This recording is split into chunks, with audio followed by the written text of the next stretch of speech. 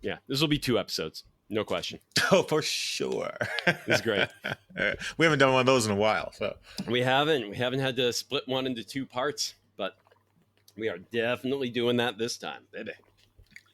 I haven't even looked at the timer yet. How long are we? Where are we? Oh, 1:36. All right. Yep, 1:36, and we still have a half hour to go. So Oh, yeah, for sure. Easy. Yeah.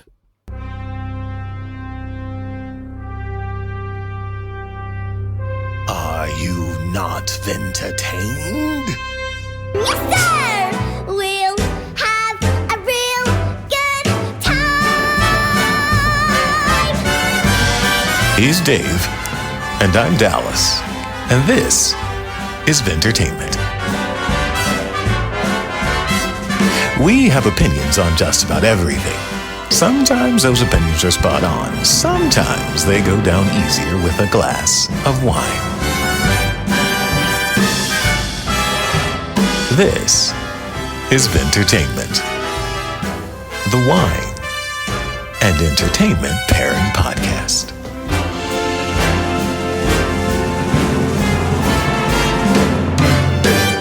Welcome back to another wine and entertainment pairing for your Vintertainment. This is the podcast where we pair wine with entertainment. It's as simple as that. We always know what we like or dislike, but we rarely know why. So what better way to learn about that than by comparing different wines to different types of entertainment and compare how they both hit us and affect us the way that they do. I'm Dave, your WSET Level 3 wine professional. And I'm Dallas, a professional writer and world builder. And now for this week's wine trivia question of the week. What is the most common term for the driest, aka least sweet version of sparkling wine? Is it A, Brut, B, Extra Brut, C, Brut Nature, or D, Doux? That's Brut, Extra Brut, Brut Nature, or Doux. To answer this question and to find out the answer, head over to our Substack, vintertainmentstudios.com. Find this post on fake movies paired with fake drinks and cast your vote in the poll. Then scroll to the bottom to see if you are right. All right. And it needs to be said, this topic that we are going to be talking about today, folks, this topic was not our own genius brainstorm. Now, if you're listening to this episode, you've already read the title of this episode, or I don't know, if Spotify just automatically sloughed you over to this podcast, you were listening to something else, it ended, then now you're here and you're like, what the hell is this? Well, then you don't know what the topic is yet, but you're about to find out. But it was not our genius brainstorm, but instead it was brought to us by today's very special guest, the man known only as decarceration. So this man, known only as decarceration, was a prisoner of the federal government from 2014 to the beginning of 2023. During his time as a guest of the state, he was only able to watch films that fell into, quote unquote, the institution movie program, which was beholden to the Zimmer Amendment, aka the No Frills Prison Act. So the incarcerated were forbidden to have R-rated movies or premium cable. Now, today, he writes a Substack called From the Yard to the Art House, where he reviews the films he missed while incarcerated, focusing predominantly on art house entries, as those were the most absent during his years away, and hence the Substack name, though he does occasionally stray into mainstream blockbuster nonsense, and happily so. Decarceration, welcome to Vintertainment. And on a scale of 1 to 10, how much do you not want to leave your apartment today for fear of ICE assholery? 24. 24. And you fear the ICE assholery for what reason? It's close to me from where I am. I am actually very close to one of the detention centers that they use illegally. I'm not providing color commentary. They are using it illegally. That's actually true. Right. And I have noticed an upswing of harassment towards Puerto Rican people who are American citizens. In case you're listening, if you're not aware of this, Puerto Ricans are American citizens. I am Puerto Rican. That's right. I am American. I have red, white, and blue in my blood. I need to see a doctor about this. But regardless, I am a Puerto Rican, so I'm very concerned, and I am aware of the escalation that will result in ICE harassment towards not just immigrants, but also American citizens as well. I don't want to soapbox about it. We all saw this coming. Blah, blah, blah, blah, blah. The end. Yeah. Understood. Understood. Yeah. Agreed. Anyway, Well- movies. Movies. So Movies, the bright decarceration lad. Yes. Oh, and sorry, I shouldn't call him that. This. Okay, so we have an argument over whether this is a deep cut from Substack or not. But I'm going to try not to say that name. I'm like, he told me that was his preferred name. And he's like, no, I did not.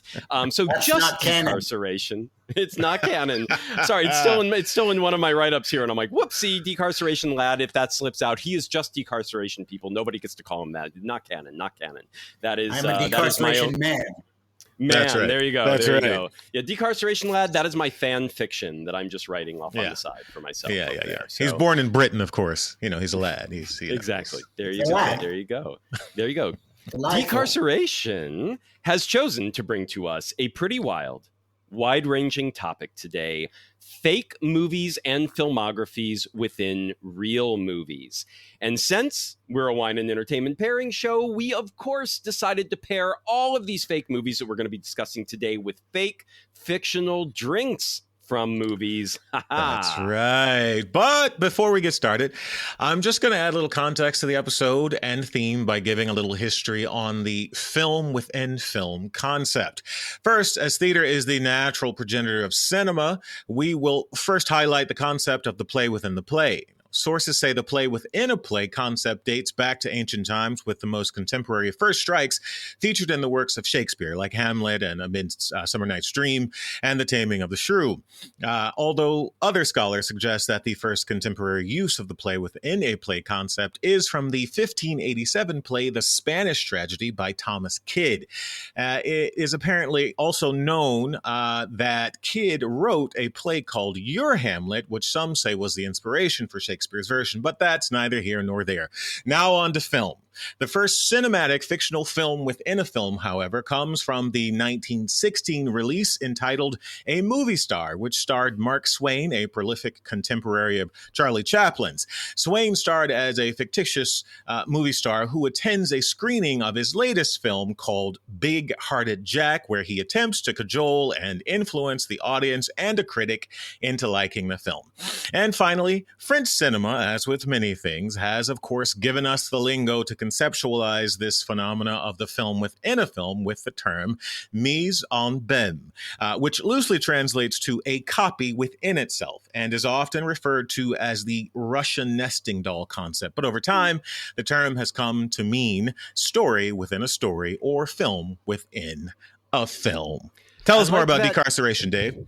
Yeah, I was just going to say, I like that a little bit better because a copy within itself means it's like the same film within a film. Right. And it's like, no, that's not what this is. It's a little exactly. It's a little more than that. But so decarceration is going to be leading this conversation. But let's kick it off by asking him, decarceration, why this topic? Why are you interested or even obsessed with fake movie slates that don't even exist? Well, first of all, Dallas just said exactly what I was going to say verbatim. So that's completely out the window. But on a more serious note, when I was down, there was a period I was, when you misbehave or when you're accused of misbehavior, you're placed in solitary, you're placed in the SHU. It's the specialized, I think it's a specialized housing unit, might be the solitary housing unit, SHU, the SHU. And I ended up in the SHU many times. I was not well behaved, but I did end up in the SHU sometimes for reasons that were beyond me, that had nothing to do with me. It's their form of protection. So, in solitary, your brain starts to wander a little bit. And I know people have talked about the damaging nature of solitary, how crippling it can be. And I can totally relate to that. But at the same time, being in prison means that you're never alone. So being in solitary does mean that you're alone. And so I was very grateful for the time to kind of clear my head, spend some time thinking on my own. And I did not feel very creative during this time. But so I wrote a lot of letters. I wrote some creative stuff. I did a lot of writing while I was sitting there. And you don't go anywhere for 24 hours, day after day. And I spent several months in the shoe. And so not at the same time. I spent like 3 months one time, 2 months another time. Okay. Wow. Yeah, collectively something like 7 months maybe. Okay. And so during that time, I said, you know what? Let me put my mind into let me close my eyes and put my mind into kind of a happy place. And I said, you know, what kind of movie do I want to be watching right now? I wish I was sitting watching a movie. You know, what kind of movie? And I thought, like, what kind of Hollywood would exist in my mind? Like, and then I kind of hit a dead end, because the truth is, I would just I would do what a lot of film lovers do, which is I'd just give a blank check to my favorite filmmakers and call it a day. You know? That's right. Which there's not really a lot of creativity in that. You know, I'd be an excellent executive until I went bankrupt in 14 months. But and then I said, you know, what if I had to run Hollywood? What if I was in charge of Hollywood? I was in charge of like all the studios, and I had to keep them running, but I wanted to make movies that I wanted to watch, you know. And what would I have to do? So I started creating slates, release slates. I started this in 2018. I did one for 2019. I created a release slate for 2019 of movies that I just invented, with titles, with directors, with casts, with budgets, and with release dates. When do they come out? Love it. Love it. And I tried to not hire the same people all the time, but there were people I just was not going to hire because they're out of business in my Hollywood. Who are some of those guys that are out of business, by the way? I got to know. Sean Levy did not get to make a movie in my Hollywood. All right. There were a lot of people, but that's just off the top of my head. Yeah. And so there were sequels, there were remakes, there were adaptations of books, adaptations of television shows. There were a few original movies where I'd be like, oh, here's a hook. Let me give it to this filmmaker and let me give him this cast. And it would just be kind of arbitrary. Yeah. And I spent enough time in the shoe that and I kept in mind these were release slates for every studio, real studios. So this is what Universal's putting out. Nice. This is what Lionsgate is going to release, which is going to be a smaller slate than Sony, and so on and so forth. And I did 2019, then I did 2020, then I did 2021, and I went all the way up to 2035, I believe. Jesus. So I created about 1,600, 1,700 fake movies. Fantastic. And some of them were like, oh, that's a good idea for a movie that I just made up. Yeah, that could work. And then some of them were just like, oh, that's a cool remake that hadn't occurred to me. And then occasionally I would grab IP and I'd say like, I don't want to watch this, but it's gonna happen. So what's the best version of this? You know?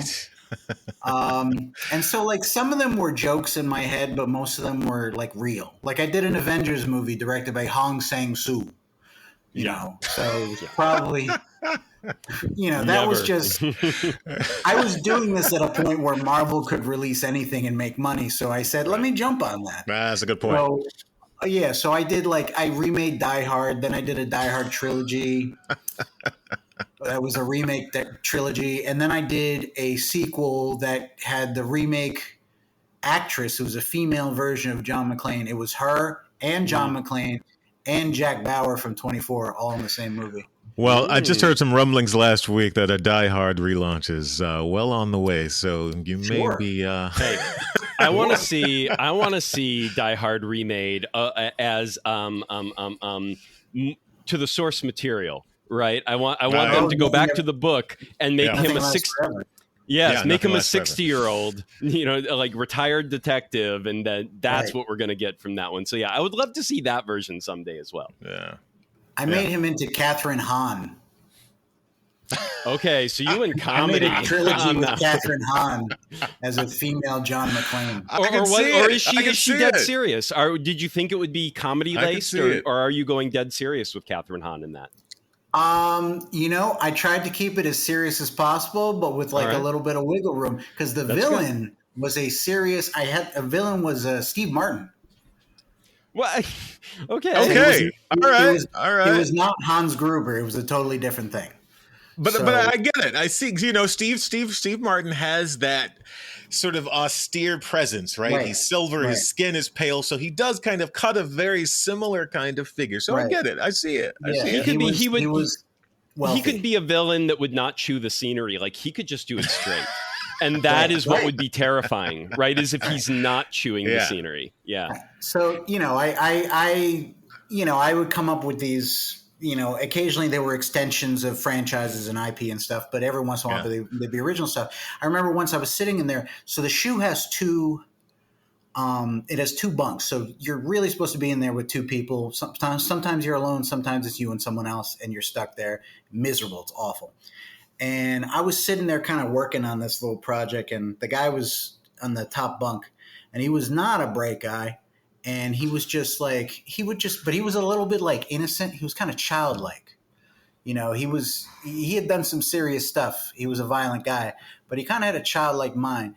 And he'd occasionally take off his headphones. He'd be listening to the radio. He'd take off his headphones and he'd say something. He'd be like, why is everybody so mad at Hillary Clinton or something like that? He'd just ask me. And I'd be like, That's a great first line to a script, by the way. That's a great first line. Something. So one time he kind of took off his headphones and he was like, what if there was a wolf on the moon? Moon? And I was just like, all right, Moon Wolf. It I stars like Dan it. I like it. Yep. I like it. and Elizabeth Moss, and it's directed by Doug Lyman. And they are astronauts. Lyman. They are astronauts who go to the moon, and they find out there's a wolf there. I'm done. That's it. I have the whole- Because what's amazing is you get the possibility of tapping into the whole werewolf mythos as well, right? Yes. I like it. I like it. Yeah. I like it. Yeah, there's a lot, and it's just very basic. Like we went to the moon. There was a wolf there. The end. It's very, very straightforward. It's not hard to sell that. So that was an April release for Sony. Anyway, whatever. So I want to see your calendar. I hope you have a massic calendar printed up someplace on a wall. It's here somewhere. It's I here love it. around Written me up. somewhere. Yep. I wrote. Yep. I had to write it out. I wrote it out. It was, so I kept all of it, and so anyway, whatever. So I got out. I would go into the shoe. I'd be like, let me do another year of fake schedules. Let me do another couple of years. Then I get out of the shoe and I try to forget about it. And so there were two things that I thought were interesting that I read about when I was in prison, but I was not in the shoe. I'm going to try to do this really quickly because I'm kind of going on and on. But one thing I read about was ships of the Northern Fleet. Are you guys familiar with ships of the Northern Fleet? No. Ships of the Northern Fleet. Yeah, the New York Times did a story on it. So for me, I was like, oh, this must be huge. And it's not. It's not huge at all. But what it is a fictional steampunk show that once aired a long time ago. In the vein of Firefly. It's something that was canceled, had a cult popularity, and it was canceled. Now it's totally made up. It does not exist. But the fandom, I think they're on TikTok, which I'm too old for that. But they created this fandom and this history of this show to make it into something that might have existed. So ships of the Northern Fleet, they were sky pirates. And there was a mechanic, and he was an octopus, and he was on the ship, and he would say, "Swiggity swaggity, let's blow up gravity." And this is a fan base. This is a fandom that exists. And the concept was, we want to create a fandom of something where we don't have to worry about something bad we found out after the fact. Like it was specifically Ah. referring to Joss Whedon, like, oh, Yeah. we liked all these Yeah. Joss Whedon shows, and then we found out, his behavior was pretty wild on these shows behind the scenes. So now we watch the show and there's some baggage. So creating Ships of the Northern Fleet, the whole idea was like, there's never been anything problematic about this show. All the creators were cool. There's a theme song online. I think somebody composed it. And it's just like this agreed upon canon. And I don't know how it works, but because I think like people say stuff like dark stuff, like, oh, remember in episode 71 when so-and-so got murdered by their lover? And everyone else would be like, that didn't happen. That didn't happen. That wasn't in the show. What are you talking about? We don't have to think about that, Interesting. So, Someone bothered to actually list this sucker on IMDb. It's interesting. Yeah, it has an IMDb page, which is great. Yeah, it's got 11 episodes on IMDb. All I'm assuming bullshit, and for whatever reason, IMDb is and rolling apparently over it's and still letting it running. happen. Depending on who you ask, it might have been canceled. It might still be running. It's a very Bruce Campbell adjacent sort of thing. Yeah, I see that. Yeah, I see I that. don't know, but I bought myself a Ships of the Northern Fleet shirt as soon as I got out, and then I realized no one knows what I'm wearing. So not popular. Yeah, I'd never heard of it. Yeah, but then the other thing that I read, I was also, again, in New York Times. I was not getting a lot of exposure to the real world, so I was reading the New York Times. And there was a story about, I don't know, maybe you guys remember this, that Goncharov, Martin Scorsese's Goncharov. Guntrov, yeah. That's Yeah. I think we discussed this with someone else, Dave, as well. Sorry, this go is ahead, Descartes. Sorry, yeah, ringing zero bells for me, but yeah, go ahead. Yeah, it was the early 70s Scorsese mob movie with Robert De Niro and Al Pacino that takes place in Russia. And De Niro's a gangster who used to be a hitman, and now he wants to run a club. Right. And Harvey Keitel and Kathy Moriarty. It basically was just like some cocktail of every Scorsese movie. Yeah. And people just mocked up some posters and said like, oh, Goncharov, you remember that movie from the early 70s?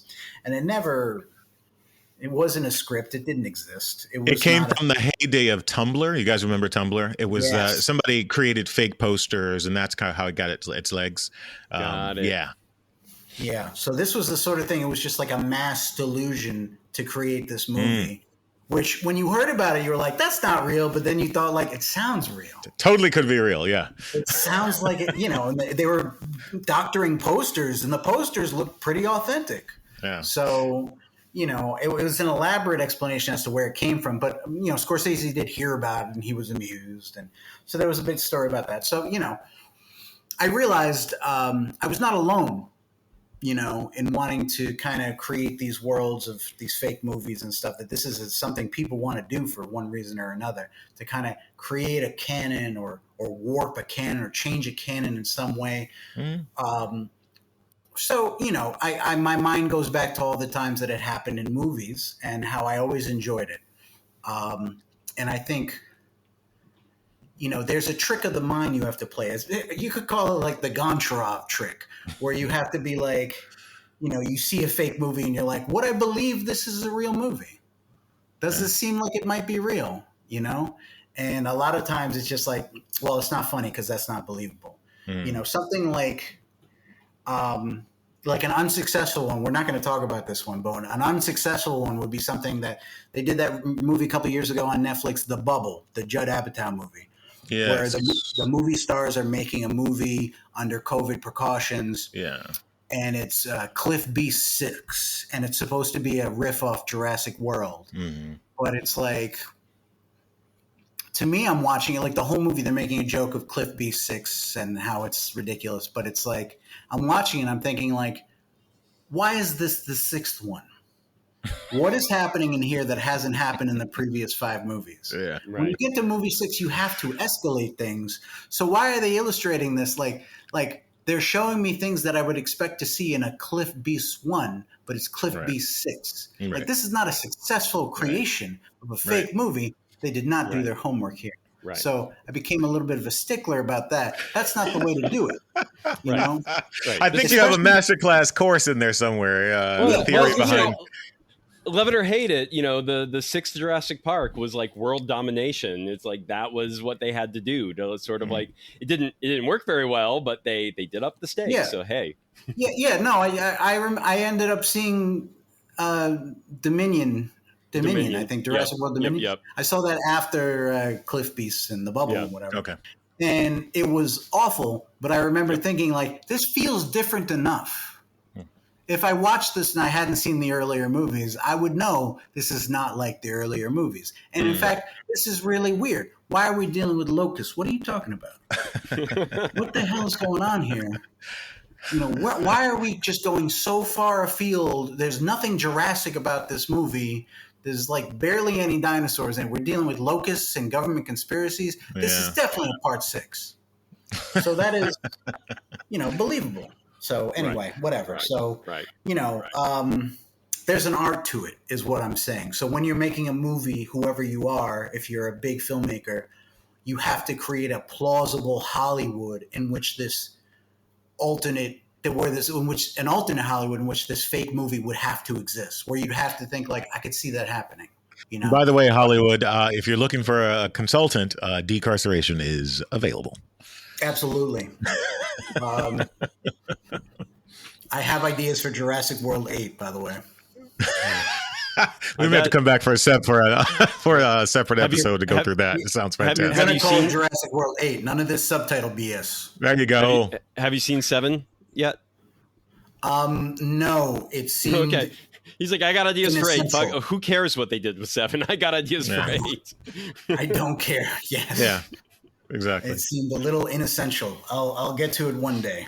To be fair, they don't really care either if you're watching the fucking series.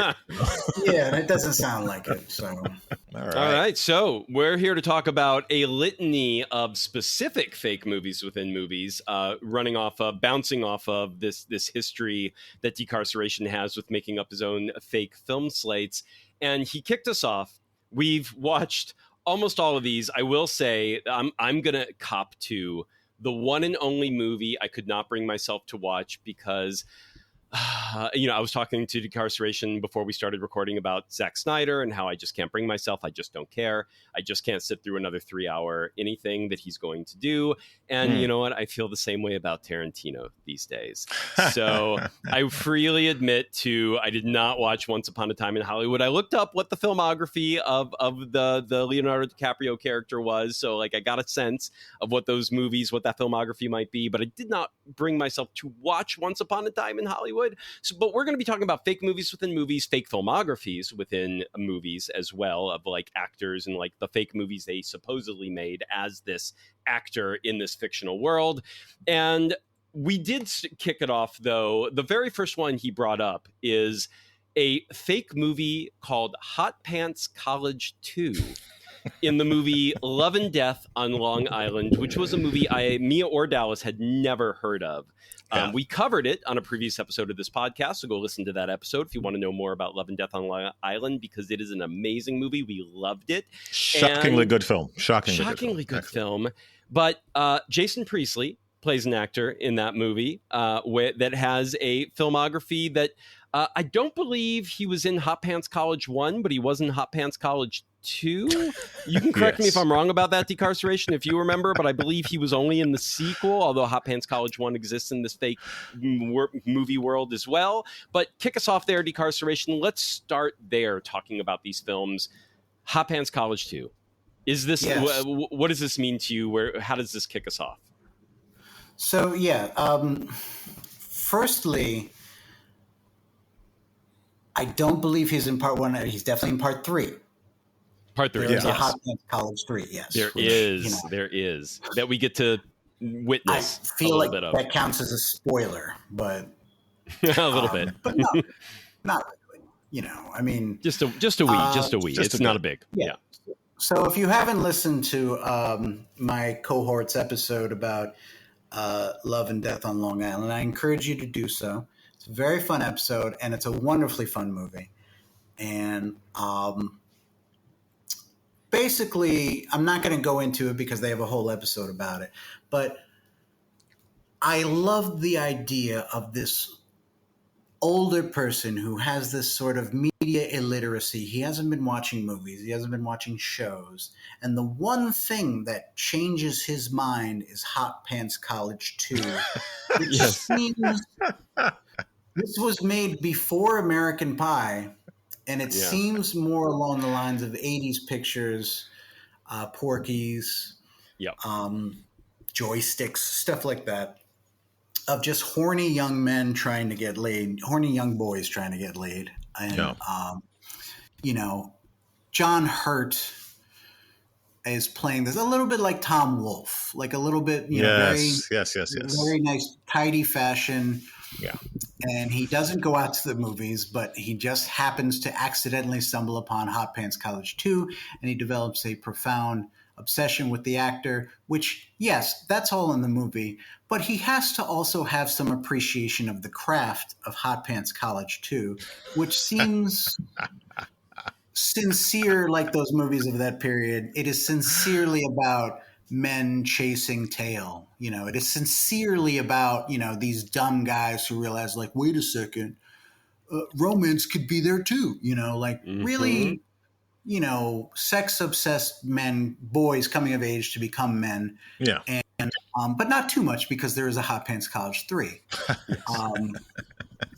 And so the idea is you have to make this plausible. This is a deadly serious movie, but it's a deadly serious movie about a deadly serious world that also accommodates Hot Pants College 2, which is also our world. So that's a beautiful thing, you know, Right, I think. right. So, but in It a is. movie, it's a difficult balancing act. So you cast somebody like Jason Priestley, who in real life would absolutely be in Hot Pants College 2. 100%. 100%. Yes. He's a Yeah. star at that time. He's a heartthrob. He is the meat du jour. So it is a bit meta in that sense, and it works so fucking well. Keep Yeah, casting. if he said no, they would have worked their way down the list. Ryder Strong, maybe. Yeah. Maybe was Jonathan Taylor Thomas of that age? I don't remember. Or the kid in Saved by the Bell as well. Oh, Zach. Or Joey Lawrence. Perhaps. Joey Lawrence, Yes. another one. Yeah. Mark Paul Gosselaar. Gosler, Yes. that's it. Yeah. So yes, a whole there's- list. Yeah. Yeah, but really, you know, when you watch the movie, you realize exactly what Giles Diath realized, where you watch the movie and you say, it had to be Jason Priestley. Yeah, for sure. For sure. It had to be Yes. Jason Priestley. Yeah. So casting makes everything there. They do shoot the movie. You do see scenes from Hot Pants College 2. It is a plausible movie, 100%. And it is a wacky sex comedy within another movie about a man undergoing this existential journey. Yes. Beautiful film. I recommend Love and Death on Long Island too. Love and Death on Long Island as well as Hot Pants College 2. Yes. Imagine what the rest of Hot Pants College 2 might be. I will say one thing I liked about Hot Pants College 2 being the movie that they stuck into Love and Death on Long Island is, of course, the existential journey of the main character Giles is also a sort of like sexual awakening for this older man. Yeah. And there are definitely homoerotic tones all throughout Hot Pants College 2 as well, at least the scenes we get to see. Is you're like, it's a sex comedy about guys chasing female tail, but well, a lot of what we see is a lot of like roughhousing with the guys and just sort of like looking very alluring in the way that they're fighting and lying down and covered in film ketchup. critique. Yeah. Yeah, it's certainly film critique in that these movies are pretending there is not a homoerotic element to them. Yes. But Yeah. Giles sees it. Yes. Giles sees it. He hasn't seen a movie in 3 decades, but he sees it. Yes, he does. He sees it, of course. He sees It's it really is amazing to see. I imagine what this film would look like being made today, and there would absolutely unequivocally be a scene with Giles masturbating under a fucking cloth in a room hidden in the back of the house somewhere. Like Yeah. that would be they would have to put that in, otherwise the film would be made. There's no way that bar would not be bested. Yeah. That's So true. it's They make it a little more obvious, yeah. oh my gosh, yeah. Mhm. Oh yeah. KJ And so- Apa from Riverdale. Yeah. Yeah. And Yeah. so for this movie, Hot Pants College 2, I did want to say, so the fake drink that I would pair with Hot Pants, and remember, these pairings are for the fake movie, not the movie. So this is not for Love and Death on Long Island. This is what I'm pairing with Hot Pants College 2, maybe 3 as well. We didn't really get to see too much of 3. It looked a little more serious, but not too much. But because of the heavy homoerotic overtones and then the themes of Love and Death on Long Island as well, which this movie exists within, I had to go with a fake drink called Death Comes for the Archbishop from the Blandings British TV show. And, Giles is from the UK. He's coming over to America to find Jason Priestley, the actor, in order because he's having his own little existential sexual awakening.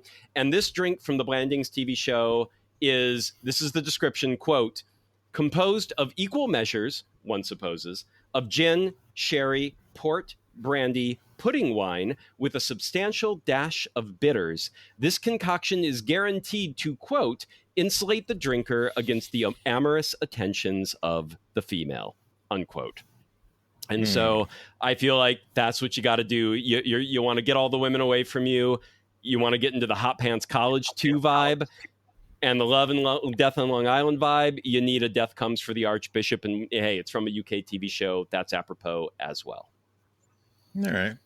I'm gonna go. I have a fictional pairing as well. I'm gonna call it it's the Not So Dirty Old Man.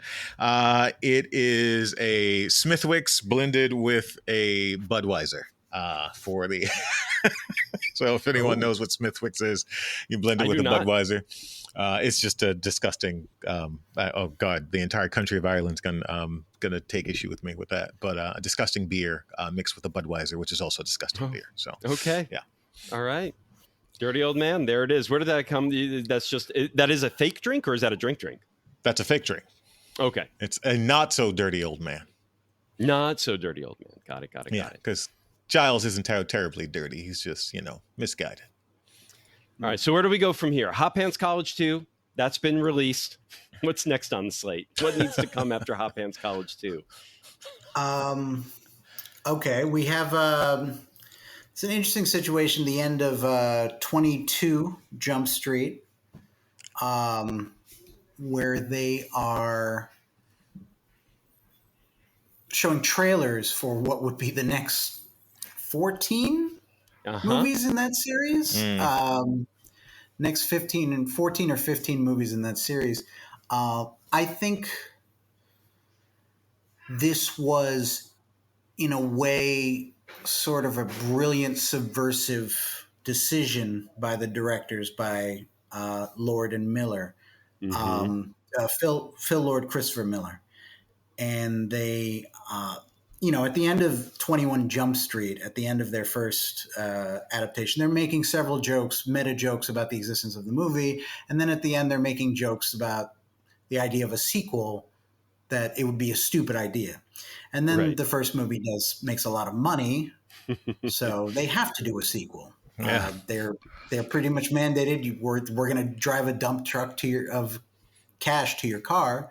We're going to drive a dump truck of cash to your house. We're going to force you to do a second one. So they did the second one, making jokes about how the premise is getting pretty sweaty at this point. And by the end of the third one, by the end of that second one, it seems like a chance to give a tease as to what the third one would be. And they say, you know what? Let's show you what the next 14 movies will be. And we'll just preempt any speculation and make you not want to do them. Right. So basically they made a sequel that said, please don't make us do this again. Right. You're not going to like what it looks like. Right. And so each film escalates in stakes. You revisit the same fish out of water concept of the first movie, the same fish out of water concept of the TV show, and you just elevate that to different places. There's a flight school, cooking school, retirement home. There's just anywhere you can take the concept. And at one point, there's a meta joke because it's Jonah Hill and Channing Tatum, and there's a meta joke where one of the movies Jonah Hill's been recast with Seth Rogen.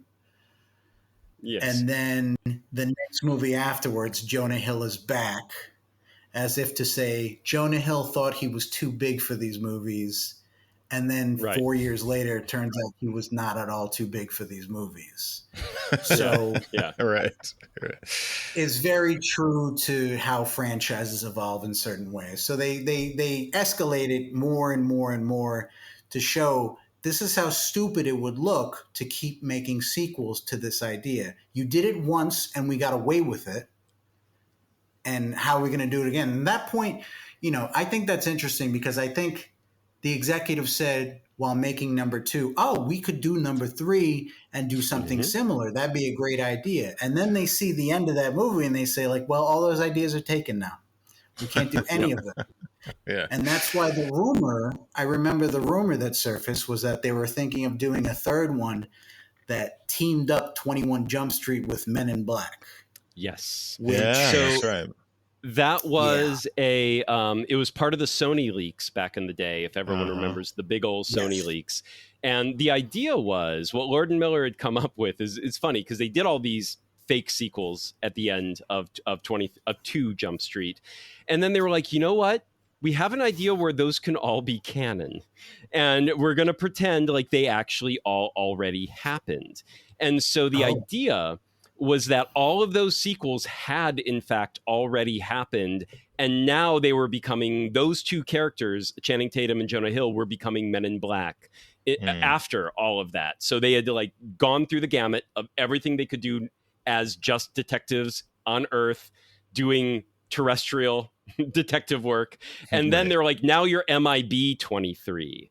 And it was going to be, and so it was going to be technically a Men in Black sequel that doubled as a 21 Jump Street sequel. And because it was MIB 23, it didn't take the place of Jump Street 23.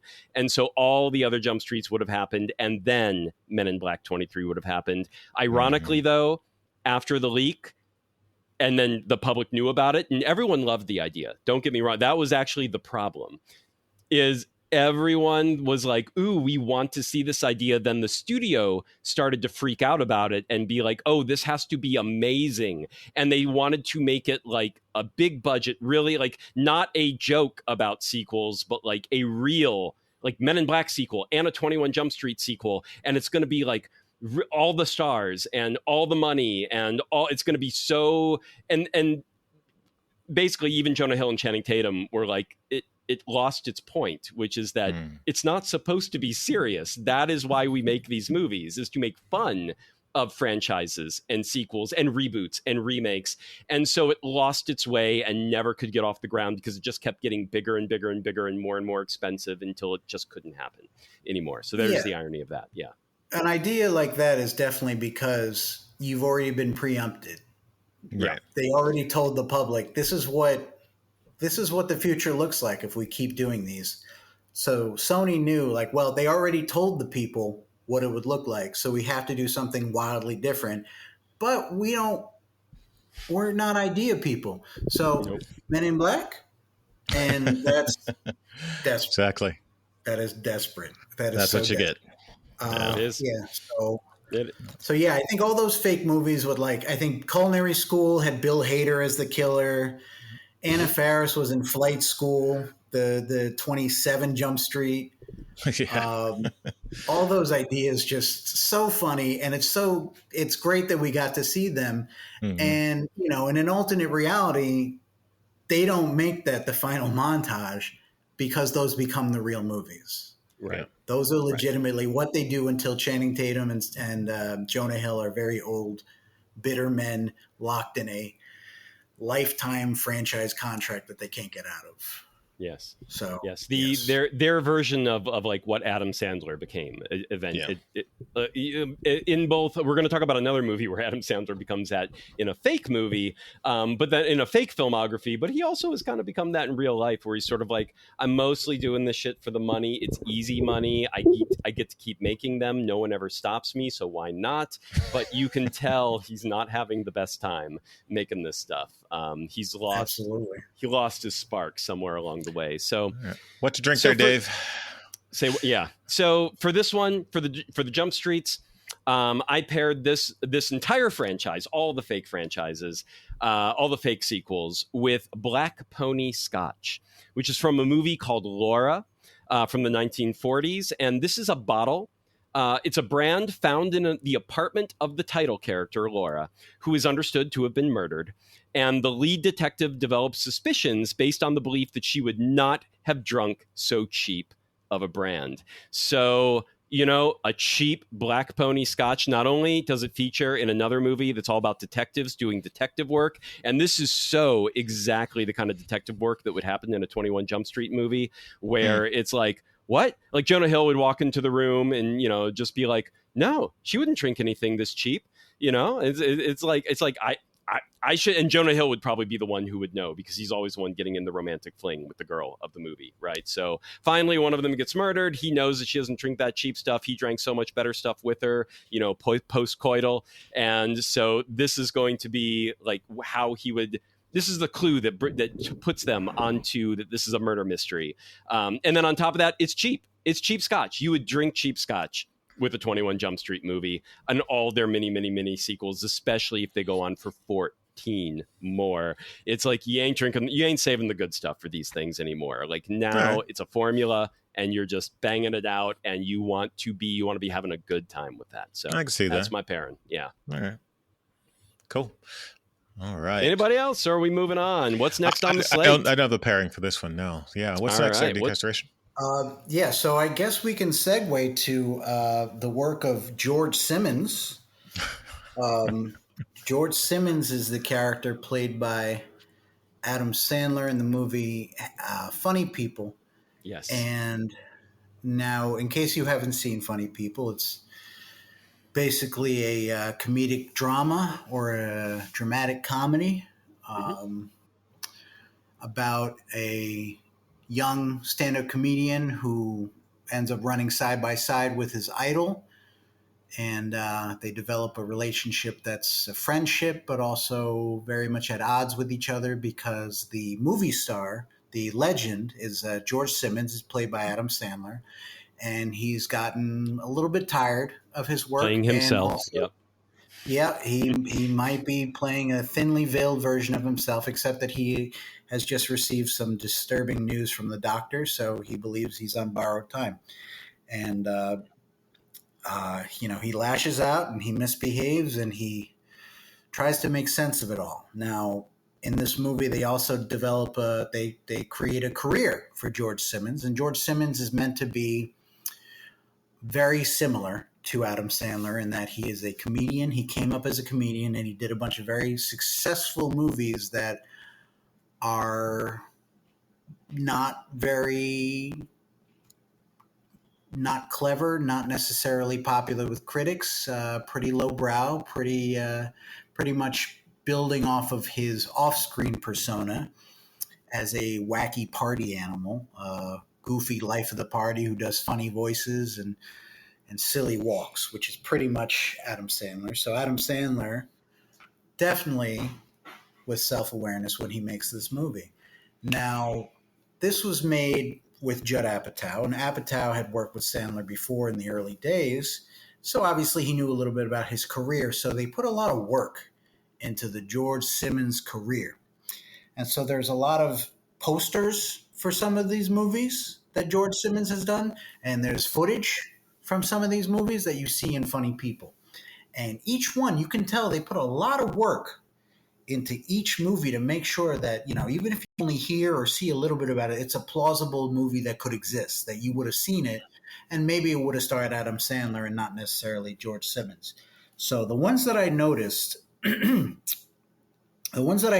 that were seen in little bits of it. And the funny thing is they actually shot footage for some of these movies that did not make it into the final movie of Funny People. So some of that footage is on YouTube. Maybe some of it is out there and we'll never see it. I don't know. But some of it was on the DVD. It's all out there. Not all. A lot of it's out there. So some of these movies do have actual footage that was shot that feels pretty true. So among them, there's a movie called Sayonara Davy, where George Simmons is playing some sort of man-child who is sent to live with a family in Japan. hijinks ensue. There's a movie called Little by Little. It seems a little bit more sincere. Basically, a young guy who is shrunk to the size of a pea, and he learns the value of life. Something like Click, perhaps. There's a movie called Astronaut about a goofy character who ends up getting shot into space and becoming a astronaut. And Adam Sandler did eventually do a movie called Spaceman, which is very, I guess that's just a coincidence. There's one movie called very different. Yeah. Very that was him actually trying for once. I don't know how much people liked it, but he was trying. That was somber Adam Sandler, not a comedy. Exactly. There's another movie called My Best Friend is a Robot, which sounds pretty self-explanatory. The robot is played by Owen Wilson, which that tracks. Yeah, sure. He phones it in. Yeah, and then there's a movie called Redo. We see a good chunk of this one in the movie. Redo, Adam Sandler, he makes a wish. I think there's a birthday wish, and he ends up turning into a baby with the head of George Simmons. Yes. So he's a cursing, farting adult baby. Justin Long is in that. Justin Long himself. Yes. Playing Justin Long. Yes. There's one movie called The Champion, where he is a hot dog eating champion. Totally plausible. With a poster that is a riff on the documentary, the McDonald's documentary. What was that called? Eat Me? Super Size Me. Super Size Me. That's funny. I don't remember that. That's funny. Yeah. And then the last one, and the one that apparently his biggest hit, is a movie called Merman.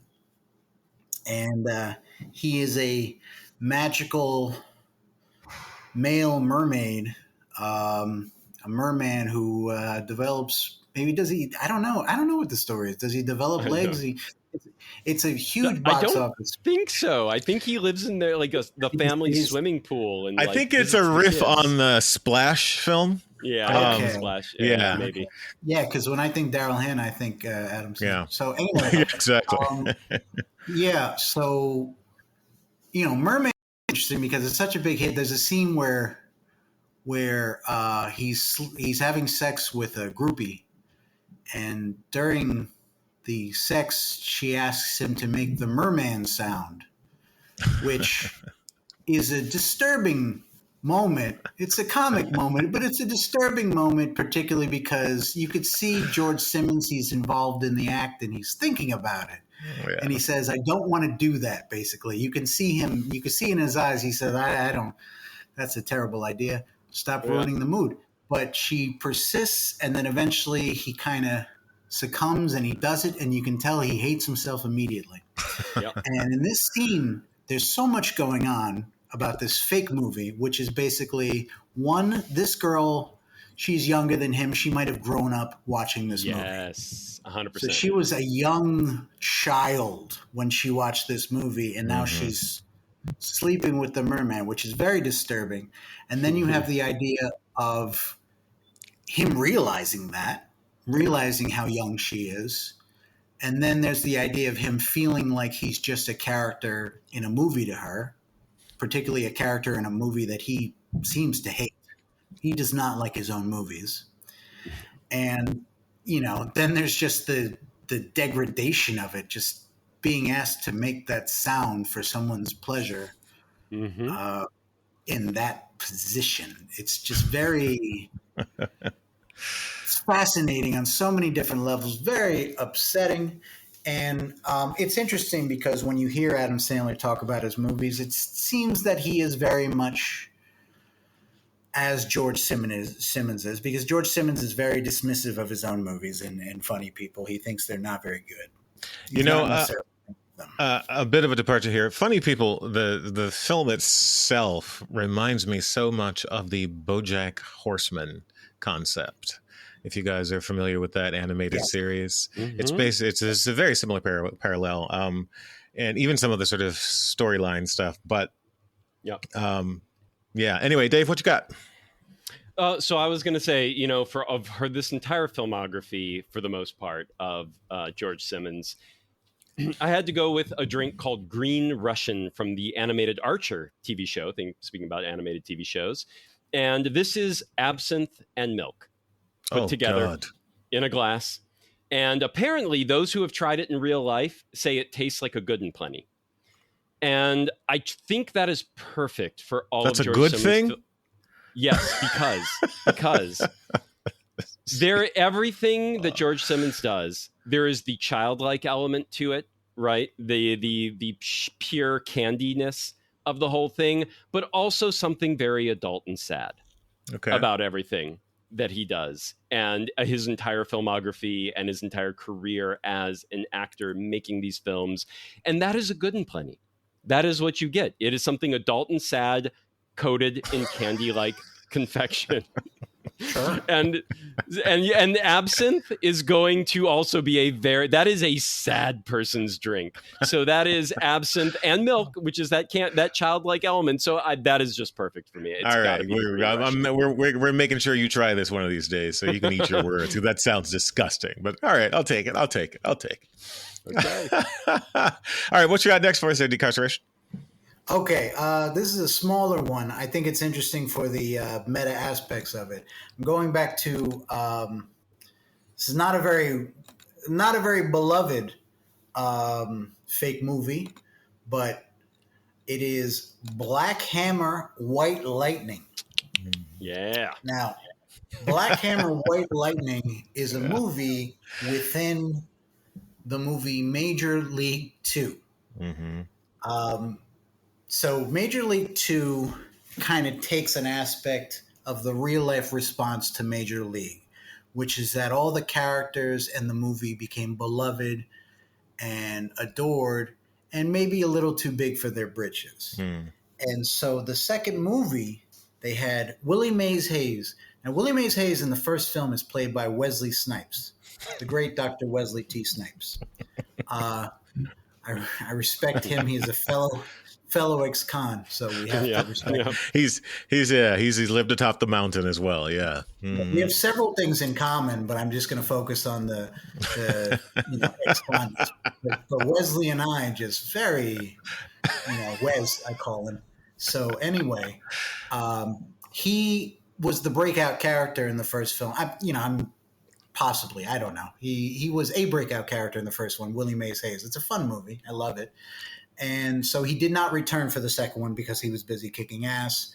Yep. I think the second one came out around 92. And at that point, Wesley Snipes was showing off all of his skills because as an aside, I just want to mention that there's only one leading man in movie history who was good looking, funny, a talented dramatic actor, and could also throw a roundhouse kick. And it's Wesley Snipes. I can't There's disagree with you. no other person who could. Who else? I can't disagree with you. I honestly can't disagree with you. You want to see Cary Grant throw a roundhouse kick? No one wants to see that. Wesley Snipes, the greatest. So, he was off to bigger things. He was, I think Passenger 57 was 92. Yeah. So, yes. So in the sequel, he is replaced by Omar Epps, which, all due respect to Mr. Epps, it is a downgrade. So, but Major League 2 is a downgrade from Major League. Major League is rated R. Major League 2 is rated PG. That's all I need to know. Yeah. Right? Yeah. So anyway, rewatching this one, just a quick moment on Major League 2. I know we're talking about the fake movie and not the movie itself, but I hadn't seen it since the theater. I saw Major League 1. Not Major League 1 in the theater. I was too young. I couldn't watch rated R movies at that time. But I did see Major League 2 in the theater. I remember enjoying it at the time, and when I rewatched it this time, I was like, "Wow!" Yeah, I'm like, I'm not even sure how my kid self enjoyed this thing. This is rough around the edges, but the Black Hammer, White Lightning, this was a bit of a highlight. I have to admit. Yeah. So in the universe of the movie, the Cleveland Indians at the time, they achieved all this success, and Willie Mays Hayes parlayed this success into bigger and better things. And so at one point in Major League 2, Hayes shows his teammate Jake Taylor, the great Tom Berenger, the one and only substitute. He shows him the trailer for his new movie, White Lightning, Black Hammer, White Lightning. Excuse me. Yeah. And it is depicted as a mindless action movie with a lot of violence and a huge body count. And I would assume those are the names of the characters, that Omar Epps is playing Willie Mays Hayes, who is playing Black Hammer. Yeah. And he is teamed with White Lightning, who is actually played by Jesse the Body Ventura. Oh, man. Now we're talking. See? Yes. I love when those old wrestlers would pop up in the fucking film, man. I love a politician. Love that. Love seeing that as a kid, man. What are you talking about, wrestler? That's going way back. Deep cut, huh? What? I just knew him as a respected politician. Very highly respected politician. Highly That's right. respectable and respected politician. So yes, that is a moment where basically, and it's funny because if you're kind of feeling creative, Black Hammer, White Lightning feels a little bit like a dig at the movies Wesley Snipes was making at the time also. For sure. So it kind of feels like, oh, you're not going to come back for our movie? Well, we got something for you. Right. Yeah. Yeah. And it's Omar Epps firing shots at Wesley Snipes. The king, Wesley Snipes. Yes. Yeah. Yes. Oh, sweet. All right, I mean, Dave, what you got? Omar Epps was his character in the Major League 2, at least, was trying to do his own stunts a little bit like Wesley Snipes. So, hey, and hurt himself doing it. So he wasn't as good, but he tried. He was trying. So, yeah, for this one, I had to go like tit for tat on Omar Epps being this actor in this fake movie world. So I had to go with Booty Sweat energy drink from Tropic Thunder. Yeah. And Booty Sweat. Yes. And Tropic Thunder, another kind of sort of fake movie within a movie, right? Because they're shooting a movie, or they're meant to be shooting a movie when they head out to do this. And this is Omar Epps is Black Hammer, White Lightning. This one is Brandon T. Jackson playing Alpha Chino. As the actor who, when he wasn't shooting, he was a rapper in this fake movie world of Tropic Thunder. And he's a rapper who, of course, hawked all this product on the side. And he hawked Booty Sweat energy drink, which is, quote to quote, part of the multi-pronged product empire of the film's character Alpha Chino, which is a play on Al Pacino, of course. But alpha, like alpha male, Alpha Chino.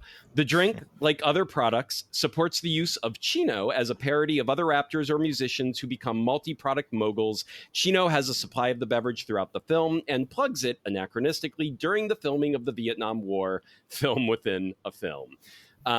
So yeah, I feel like that is Omar Epps, that is his literal fictional character doing Black Hammer, White Lightning. It's like he would hawk a product like that. He would stick it in Black Hammer, White Lightning as well. And that is what you drink while watching Black Hammer, White Lightning. All right. Sweet. I like that you said raptor, which is rappers who became actors, which is the there you appropriate. go, Raptor. Raptors. There you go. A lot of excellent raptors. Yeah, Very good. Indeed. Very nice. All right, where are we off to next? Yeah. Okay. This is a little bit off the beaten path. I'm going to go with one of my favorites, one of my favorite fake movies, Bonjour Diamond Jim. Yeah. And by the way, folks, you can find Bonjour Diamond Jim on YouTube just as the film, the short film, the quote unquote feature film that is in fact a short film. That's half the joke. That's half the joke. On YouTube, just to watch alone. So definitely go seek that out. Bonjour. And if you guys go to nestflix.fun, it's a whole sort of ecosystem of nested films, and they have the sort of the imagery and the cover art for these fake films. So sorry. Go for it, Decarceration. Nest Films. Yes. So this is from Tim and Eric's $1 billion movie. Already several layers deep just by the title. Yeah. But we're dealing with Tim and Eric of Tim and Eric, awesome show, great job. So they make their own movie, but in this movie they're playing themselves. And basically Tim and Eric have been given a chance by the Schlang Corporation to make a movie with a budget of $1 billion. Is Dallas all right? His Say camera's that. out. Oh. Let me check. Ba-bum, ba-bum. You still with us, Dallas? No, just had to dip off and get some water. Go for it. Okay, Oh, cool. Yeah. sorry. I apologize. No worries, we'll edit that out. So Tim and Eric have been given $1 billion budget to make Bonjour Diamond Jim, a big blockbuster with Johnny Depp. And so they pay Johnny Depp's fee. Unfortunately, they end up with a Johnny Depp impersonator. And they spend roughly $1 billion on pretty much all of their off-camera needs, and including and some on-camera needs, including an entire suit made of diamonds, which apparently costs a couple $100 million. So they spend the $1 billion on creating 3 minutes of Bonjour Diamond Jim. That's all they're able to film before they run out of money. $1 billion were spent on several diamonds. They were spent on a fake Johnny Depp. They were spent on a lot of cosmetic changes for the two of them now that they were making $1 billion movie and they wanted to look like glamorous Hollywood people.